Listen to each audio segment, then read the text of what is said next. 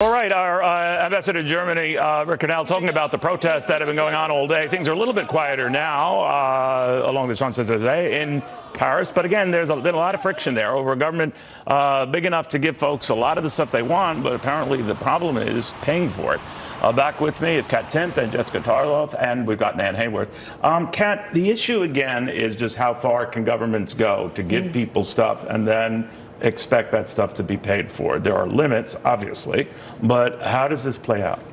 Well, what's interesting is that it seems to be playing out in favor of the protesters. They've already gotten some of the things that they want. And it's interesting because that doesn't really happen in the United States. And I think one reason for that is there's more widespread support for these protesters beyond just the protesters themselves. A poll showed that 68% of people in France actually support this movement, where I think in the United States we almost kind of look down on protesters a lot, like, oh, you're annoying, you're blocking traffic, you know, don't these bums have to work? And it's a lot different in France. And all the protesters to the protesters sound exactly like that. That's my protester. They just have a French accent. They do, yeah. They can't do it French accent. I was practicing it in the green room, but it wasn't ready in time. But the whole nature of what they're protesting is, in this case, these are people who feel disenfranchised. You know, they do live, as you mentioned, Neil, and you're right. They live in a society in which entrepreneurialism, enterprise, the things that we value that allow us to rise and to be independent, have been overwhelmed entirely by an enormous government structure that can impose on them in this way. And they're saying, well, we're going to take care of climate change by taxing your gas. And they say, well, why are we the ones constantly being required to pay for it? In this country, you know, our street protesters tend to be arguing for more government imposition. Right. Yes. You know, But you know what's interesting in all of this? I follow the poll numbers of all the major world leaders, and it's interesting whether you're talking Macron or Angela Merkel in Germany, Theresa May in Britain. What's been happening across the globe is their numbers combined aren't what Donald Trump's are right now. It's quite amazing. And it's amazing how widespread it is. And these are the same folks who were snickering at him last time he was in Europe. I don't know who's right or wrong on this, but I do find it's like upside down world now.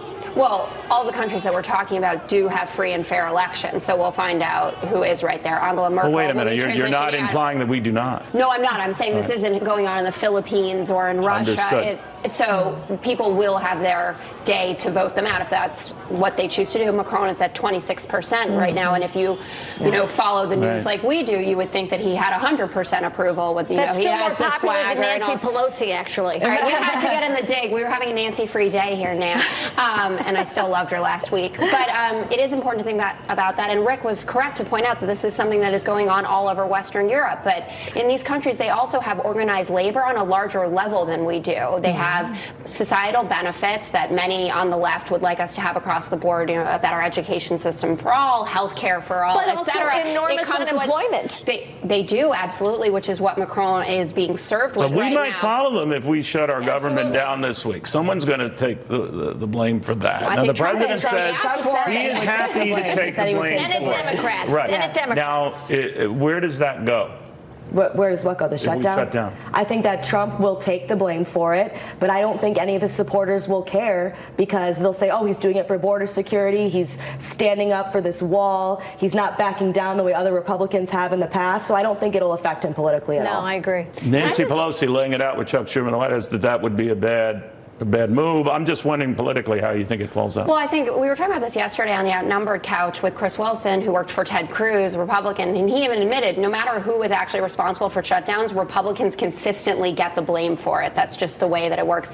Well, they didn't get the blame for the last one. That didn't last long. It didn't last long, and I feel as though Republicans are really only the ones who use that term. Democrats don't remember it anymore. They remember now Nancy Pelosi fact-checking President Trump to his face about it, and President Trump saying, I'll take the blame here. Well, two things are wrong with what you said. First of all, you're quoting another show you're on.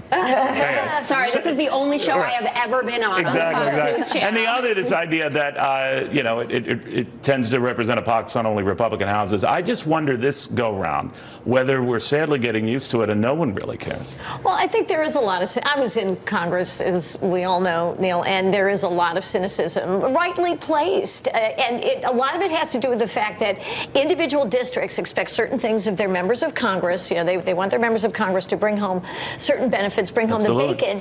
And yet, when that occurs on a mass scale, then we tend to be very dissatisfied as taxpayers because we're the ones paying for bloated, inefficient government. Can I also add, and this loops back to what we were talking about in our first segment of health care. That is the #1 issue for Republicans and Democrats. I think that the president, who has spoken about health care in a much more calming way than a lot of other Republicans, saying, I want to make sure people have entitlements, I want to make sure pre-existing conditions are protected, could do a lot to move off the immigration talk. I know he's never going to be able to give it up, and for the rallies, I don't it's see great. that happening. No, but it would be tactically more intelligent to talk about the things that the American public said was the #1 issue for them. I don't see Democrats giving that up either. I think giving up the border wall stuff? No, I don't think so, but hopefully you can be just as stubborn insisting that there be no funding for a border wall as you can be for funding. $1.6 billion, and it's a baby fence, and that's it. Real quickly, Nick Mulvaney coming in as the acting chief of staff. What do you think of that? I think that